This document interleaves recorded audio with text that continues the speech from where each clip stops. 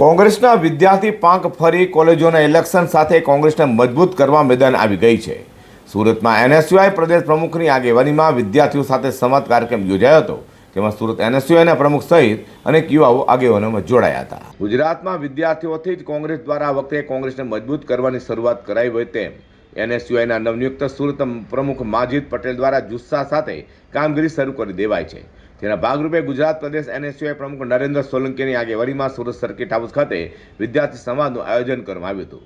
વિદ્યાર્થીઓ સાથે યોજાયેલા સંવાદ કાર્યક્રમમાં મુખ્ય મુદ્દાઓમાં ગુજરાતમાં સતત વધી રહેલા બેરોજગારી, પેપર લીક અને જીએસઆઈ જેવા મુદ્દા ઉપરાંત વિસ્તૃત ચર્ચા કરાઈ હતી। તો કાર્યક્રમમાં ગુજરાત પ્રદેશ એનએસયુઆઈ પ્રમુખ નરેન્દ્ર સોલંકી સાથે નવનિયુક્ત સુરત એનએસયુઆઈ પ્રમુખ માજીદ પટેલ, યુથ કોંગ્રેસના પૂર્વ રાષ્ટ્રીય મંત્રી પ્રદીપ ભરવાડ, સુરત કોંગ્રેસ માજી કાર્યકારી પ્રમુખ દીપ નાયક, યુથ કોંગ્રેસ પ્રમુખ મેહુલ દેસાઈ, ગુજરાત યુથ કોંગ્રેસના મહામંત્રી ફૈઝલ રંગોની, જેબા પઠાણ અને લઘુમતી વિભાગના પ્રમુખ કાદર સેલો દ્વારા મોટી સંખ્યામાં હાજર રહેલા વિદ્યાર્થીઓને માર્ગદર્શન આપ્યું હતું। તો સુરત શહેર એનએસયુઆઈ પ્રમુખ માજીદ પટેલ દ્વારા જણાવવામાં આવ્યું હતું કે આવનાર દિવસોમાં કોલેજોના કેમ્પસ અને એનએસયુઆઈ જશે અને વિદ્યાર્થીઓ સાથેના પ્રશ્નોને સાંભળી તેમની સમસ્યાનું નિરાકરણ લાવશે।